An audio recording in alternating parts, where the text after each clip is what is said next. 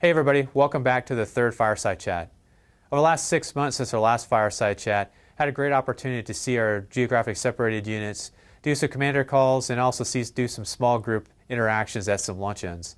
Those are fantastic, but I thought it'd be a great time to give you an update on a bunch of the questions that we've been receiving. So let's go ahead and go through our questions. Okay. Hey, that's a great question. We had the opportunity in August to host the Air Force Wounded Warrior Games, and it was a phenomenal event. We had 86 warriors here on base. They got a chance to do adaptive sports. They got a chance to work on resumes. They got a chance to work with employers downtown for opportunities for employment. And we also had the chance to bring in caregivers, in which they had a full range of events that we got to support them with. Through that whole experience, we learned that here at Offutt, we've got some work to do. We think that our program is good, but we can make it even better to support not just our wounded warriors, but also support our commanders. So part of that is we're looking at doing a pilot program that we had the opportunity to brief at Air Combat Command. This program itself really kind of consists of three parts. One is how do we knock down barriers to allow our wounded warriors to come forward and ask for some help. Right now we're exploring the idea of maybe a restricted reporting option to allow them to come forward and ask for some help. The other one we're looking at too is that maybe what we need to do is actually have a warrior advocate. This advocate would not only help the squadron commanders navigate through these processes, but give our warriors some awareness, some training, so they also understand the processes that goes through this whole continuum of care. And lastly, from a wing leadership perspective, we believe that we should probably have some kind of Wounded Warrior Recovery Care Oversight Management Board is what we're calling it. And we think that that might actually help not just the squadron commanders as they navigate through these processes, but actually strengthen the care that we give our wounded warriors. We're excited about this. Like I said, this is a pilot program that we're launching here at Offutt, and we're hoping this is an Air Force-wide program. Hey, for the last couple of Fireside Chats, you got to listen to me talk a little about the 1 Alpha 8, our linguist think tank initiatives. So let me give you a quick update. The first one is we started a relanguaging program. This is a 20-month program in which we've taken 20 Pashtun linguists and allowed 10 of them to work on Russian and 10 of them to work on Arabic. They're going to graduate here in November, and we're really excited to see what the results come back from this program. What this does, though, is provides us not just the flexibility to meet combatant command requirements as languages change and the demand for those languages change, but also gives our linguists the opportunity to do something a little bit different. The other thing we did, too, is we looked at the possibility of moving linguists from Offutt out to Kadena and Mildenhall, and we put together an authorization change request to move about 60 to 80 linguists to both locations. That process is ongoing. It's already gone through Air Combat Command, and we're hoping that we'll see a thumbs up going forward. And the last thing I thought I'd just share with you too is an initiative was called Clubber College. This goes back to our roots in the 1940s during World War II, in which they had to rapidly train our pilots in the 1940s, and it was a great initiative. It was all in-house. Our 338 took that on, and they did the exact same thing here at Offutt over the last year. So we took our linguists, we actually put them on combat coded missions downrange so they could do training.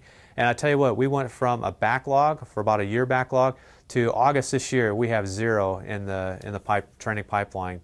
So we're really excited about it. So there you go. There's 3 examples of some of the things that came out of the think tank, and we're really excited to see what goes forward for the rest of these ones.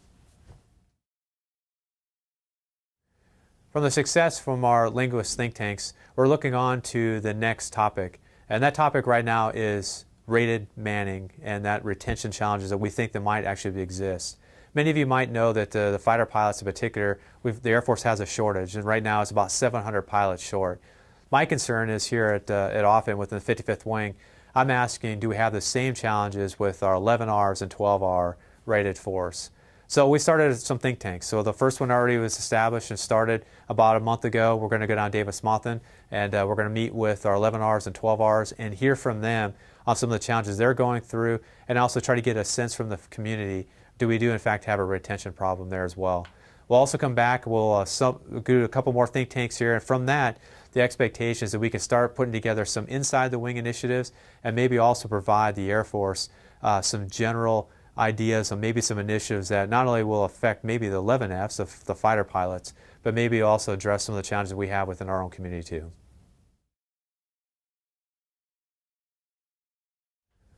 Hey, I'm a big believer and supporter of Green Dot. I think it's the right program for the right time, and it's what our airmen have been asking for. Whether it's give our airmen the power to delegate, to direct, or to distract in situations, I think this is exactly what our folks have been asking for. And where are we at right now in the wing? Well, right now, 53% of our folks have gone through training sessions, and I believe that we'll get to 100% by the suspense at the end of December. In fact, we've got some very large organizations going through their training sessions, security forces, maintenance, FSS, to just name a few. Our program has been recognized as one of the best in Air Combat Command. In fact, they've asked us with another base to provide training across the MATCOM. So one of the questions I keep getting asked too is, will this program replace SAPR and suicide prevention training? In 16, that wasn't the case, but in 17, that's the intent. And I'm excited about that because I think that goes right with what the Chief of Staff of the Air Force is talking about in reducing ancillary training. So not only do I think Green Dot is the right thing to do, but I think it gives airmen back some white space in their calendar. Hey, I'd like to thank the Wing. Back in January, we asked for our folks to come up with 50 ideas in 50 days. And not only did we come up with 50 ideas, but we got well over 70. I think the strength of any innovation program, though, is we owe you feedback. So if it's a great idea, we owe you the feedback of how we implemented it. If it turns out to be something too hard to do, we owe you the feedback of why we actually didn't implement it. So let me give you some of that right now. So first of all, we had a couple ideas that we went forward with. One of them was in the CDC parking area. They said we should probably realign the parking lines, which we did, so that we can actually provide a safer way to park and manage traffic flow through that area. Another thing people have said too is that they honestly did not like the idea of getting multiple weather notifications. So if you're like me, you get 5 notifications on a thunderstorm. You get a thunderstorm is in the distance, I see the thunderstorm's overhead. Hey, there goes the thunderstorm, and now the thunderstorm's gone. That's 5 different notifications. Hey, listen, I didn't like that either, so we went ahead and we're not doing that anymore. The last thing, one other example too, is that people are talking about the field house. Hey, I wish I could put air conditioning in the entire field house. It's going to be a multi-million-dollar project to do that. But however, what we are doing with some help from Stratcom is updating the HVAC in the locker room areas, which is really exciting. So another thing, so let me give you some examples of ongoing things we're considering too.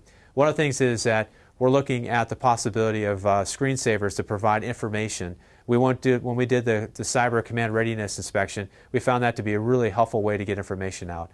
So we're looking at that. In fact, you probably see some of those pop up. Another thing we're looking at too is there a better way that we can actually rotate our crews with aircraft that come through here? And we think that's a great idea, so we're looking at that as well. So if you've got more ideas, don't hesitate. We're still on the SharePoint. It's called Innovate Your Ideas. It's on there. Go ahead and click on it. If you really want to know where to go and you want to look for the feedback, go to the KEG site on the SharePoint, and we'd love to share it with you. All right. Thanks, everybody. Really appreciate the questions. Thanks for what you do. You guys make me proud every day. And like I said, because you do it every day, the mission never stops and the sun never sets on the Fighting 55th.